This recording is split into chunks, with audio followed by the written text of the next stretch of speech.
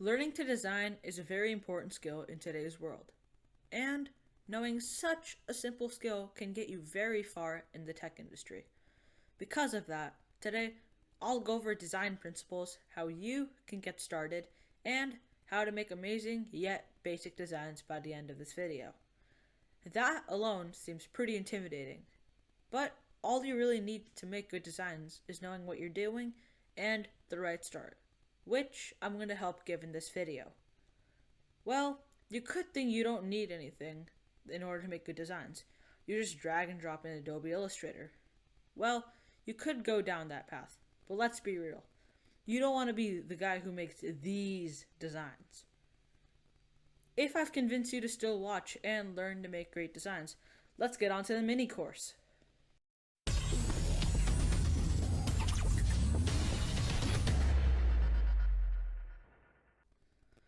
If you haven't been to my channel before, I'm the Technetic, and I make high quality tech tutorials, and time to time I make some tech customization videos. I've also started a series on teaching people tech skills that are in demand currently as of 2021. If that sounds interesting to you, be sure to subscribe with notifications so you don't ever miss a new tutorial I make. As I mentioned before, there are simply 4 steps to proficiently understand, as they're not as difficult or confusing as you might think they are.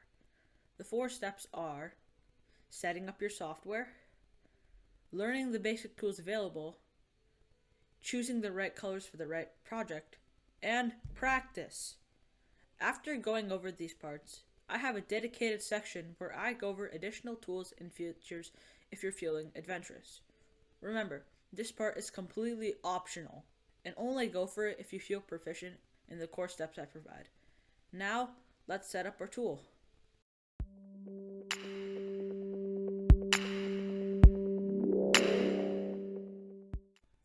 So the piece of software that we'll be using to learn basic design is Figma, a free vector-based web app that will let us make different designs, from simple logos to professional websites that top designers make.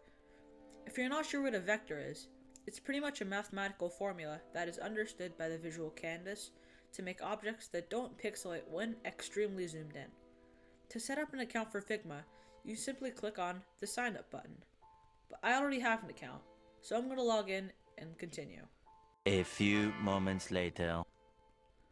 Okay, so now that we're logged into Figma, we can create a new project where we can try out the features and learn about the software itself. To do so, click on the New button, then select Design File. There, we have a new project set up, and now we can make literally anything here. But now, let's learn about the tools and make some things. The first thing that is really important is the project workspace. By default, it's a gray color, and you can zoom in and zoom out infinitely. This is where we use the tools to create different shapes and give them their size and color. The first main tool that we should go over is the rectangle and shape tool. You can select this by pressing the square box on the toolbar, or by pressing the R key on your keyboard. From there, you go over to your project workspace, and then you click and drag. Cool, you made a rectangle. You can also manually resize it by selecting one of the edges or corners, and just drag until you like the size. If you want or need to input precise measurements, you can go over to the item inspector, and you can change the values labeled W and H to change them in terms of pixels. You can also change the color of them, and you can do so by going over to the fill section, then click on the color, and then you're given a simple color picker. From there, you choose some of the colors by clicking a part of this little spectrum. If you need an exact color, there is a hex code inputter down here, and you can put the code given from an extra source. This also applies to tons of different shapes, such as polygons, ellipses, stars, and lots of other shapes. Just select it from the toolbar, drag and drop the shape, and boom, you have the shape, and you can change the color to your liking. The next thing that we'll learn about are the pen and pencil tool. Their mechanics work a bit differently, but for the most part, they're similar to the rectangles and the shapes. Likewise, to select it, you choose it from the toolbar, or you just press the P key on your computer. Then you drag and drop and let go once you're done. Sometimes there's a glitch that doesn't actually make a line. So if that happens, just cancel by pressing the done button and just draw it again and hit done when you're done with that. So I drew a line, and now we'll learn about the properties of it. For example, to change the color of the line, go over to the item inspector and go over to the stroke section and click on the black color that's normally set by default. Likewise, for the shape tool, a color pickle tool will pop up, and you can select a color of your choice. So I'll make it purple, for example. There, it's that easy. Now that you know how to properly use the shape and line tool, you can pretty much make almost anything, from logos to design mockups for any project you want to tackle. But there is one more core thing that you need to learn about, and not knowing this might be devastating for your projects. So let's get into it now.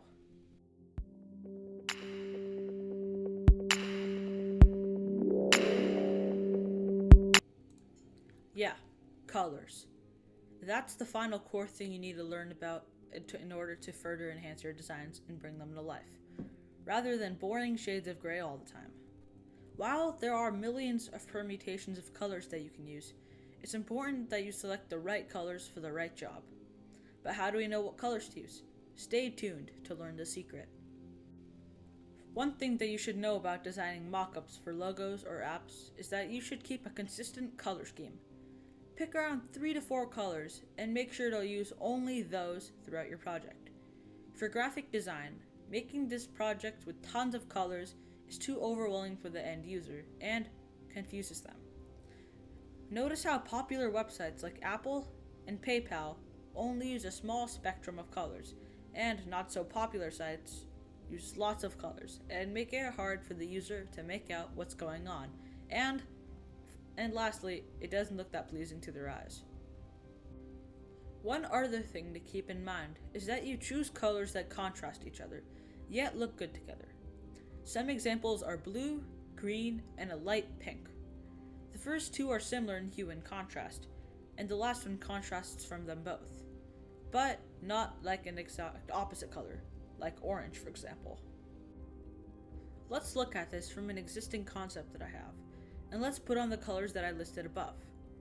Right now, I can barely make out what I made since everything is the same color, but that's gonna change. When you put your colors on, you want the outlier color to be the main color focus. So for me, the outlier color would be pink, so I want that to be the main thing that pops out on the screen. While the two similar colors, for me it's blue and green, are set as background colors or external parts. So let's apply those using the color pickle tool and see how it looks. One eternity later.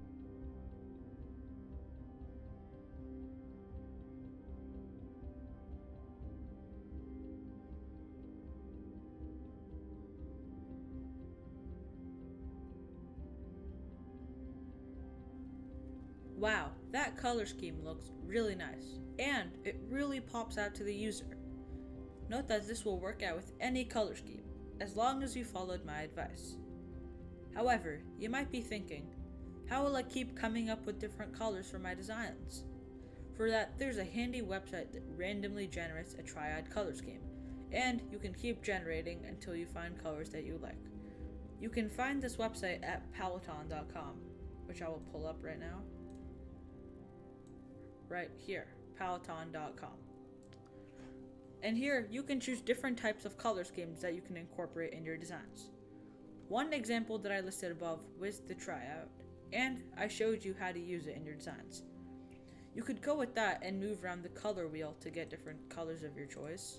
So I selected that. And you can always move around and choose different colors if you'd like to. You could go, if you want to try out different colors and different schemes, you can switch out the mode and go with as many colors as you'd like as long as they look really nice together. Note that to use these colors, you'll have to use the hex code that each of these colors are associated with. And in order to get them, you just click on them right here, scroll down, click on the RGB hex, then copy it. Then you go over to your Figma. I'll choose this little green element, blue element. Go here and just paste the code. Hit enter. And there, it's the exact hex code from what I selected right here. All you need to do from here is just keep copying the codes into the software until you have all the colors that you want or need. And from there, you're free to design away with the tools and colors to do so. Now, let's cover some advanced features of Figma if you want to learn more and do more with tons of other features.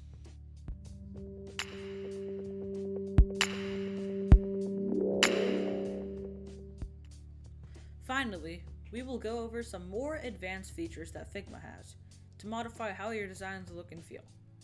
I highly suggest watching this part only if you've gained experience from the other tools I showed earlier. If not, come back to this video another time and feel free to play today with the knowledge you've gained. And come back when you're confident to learn more. If you're at the stage where you're proficient and you want to make designs and artwork, then keep watching. The first feature that I want to cover is the usage of gradients in your designs. Normally, we knew that we can just set different colors from the spectrum as the background, and we can do so now to show you. So it's like a nice, fiery, bright red. But we can set it to be a gradient, which is a combination of different colors to make a cool looking blend or mixture. In order to give the background a gradient, we'll go over to the fill section, click on the color, click on the solid drop down, then you want to click on linear, and now we have a linear bar that's right here with two different elements, so red and then this like half red block. Let's say I want a blend of a blue and a green color. Since the first element is selected by default, we can go over to the spectrum and select a nice blue like that. Now we want to switch over to the second element where I can change this color to be a nice green as I want it to. There, I have it selected. But notice how the green is not as visible as the blue. What if we wanted that color to be more opaque? It's as simple as going to the percentage box, then you change that value. By default, it will be set to 0%, making it the most see-through and clear it can be. If I change this value to 100, which is the maximum opacity can be, it makes the color more brighter and more visible. You might not always like that, so you can always experiment with this value to get your desired result. So, like at 75%, it does not make that much of a difference. 35, you see it's much less opaque and it's nicer on the eyes. The second feature is not really a part of Figma, but instead it's a helpful utility that can help you find the hex code of an exact color that you can find anywhere. For Windows users, there's a tool called Power Tools right here. Let it open up. There. So this is Power Tools. And here I made a video from before on how to set it up and how to activate the best configurations for the app. If you want assistance in setting that up, check out that video and set it up and come back to see more about it. However, Mac users have it really easy, as macOS comes with a special app that is able to accomplish the same task as the PowerToys color picker. On Mac, it's called Digital Color Meter, and it also gets the job done. With these tools, you can instantly find the hex code of whatever color you want. You just select it, it'll tell you the code, and you can just go to your Figma. So if I open up Figma,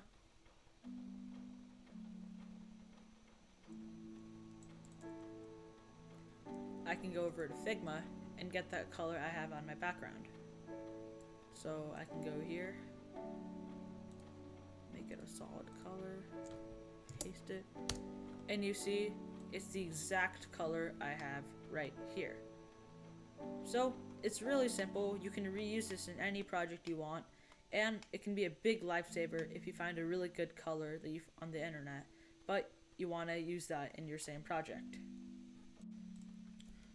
For this video, that's all the advanced features that I'll bring up, just to make this video shorter and more concise. Do note that there are tons of other features that you can explore on your own, which definitely makes your life easier when making designs. I only covered the gradients and color picker because I found them the most important and beneficial for you guys. And knowing these can get you very far ahead of this competition when you make designs and show them off to the world, or even use them on a huge scale project. But for now, let's wrap up the video. Alright guys, that brings us to the end of this design tutorial, and hopefully by now you've started to make some of these designs and play around with the tools and core features of Figma. Before I wrap up this video, I just want to say that over 95% of my viewers aren't subscribed. So, if you want to enjoy the content I make and want to see more of these types of videos, don't be afraid to smash that subscribe button. Thanks for watching this video, and I'll see you next Monday with another tutorial. Bye!